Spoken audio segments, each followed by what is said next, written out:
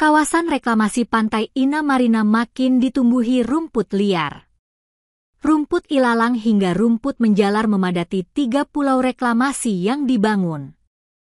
Pantauan tribunambon.com di lokasi, Rabu, 1 Oktober 2025, sekira pukul 14.45 WIB, sejumlah titik pada area ikonik itu juga dipenuhi sampah. Ketinggian semak belukar hampir mencapai 2 meter, bahkan teralis besi penyangga jembatan juga dijalari rerumputan. Jembatan yang kerap disebut jembatan cinta itu masih kokoh, namun rumput di sekitarnya mengganggu estetika kawasan reklamasi itu. Tumpukan sampah tak luput mengotori area yang dijadikan tempat rekreasi itu. Lydia Watimena, salah seorang pengunjung, mengatakan ia belum terlalu lama mengunjungi ke kota Masohi. Hal yang membuatnya tertarik, salah satunya jembatan cinta penghubung 3 pulau reklamasi. Namun sayang, ia mengaku estetika pantai harus dirusak dengan rerumputan liar yang tidak terawat.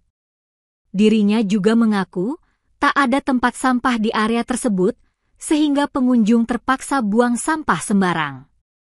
Mahasiswa akhir salah satu universitas ternama di kota Ambon itu berharap adanya perhatian dari pemerintah untuk pemeliharaan area publik seperti ini.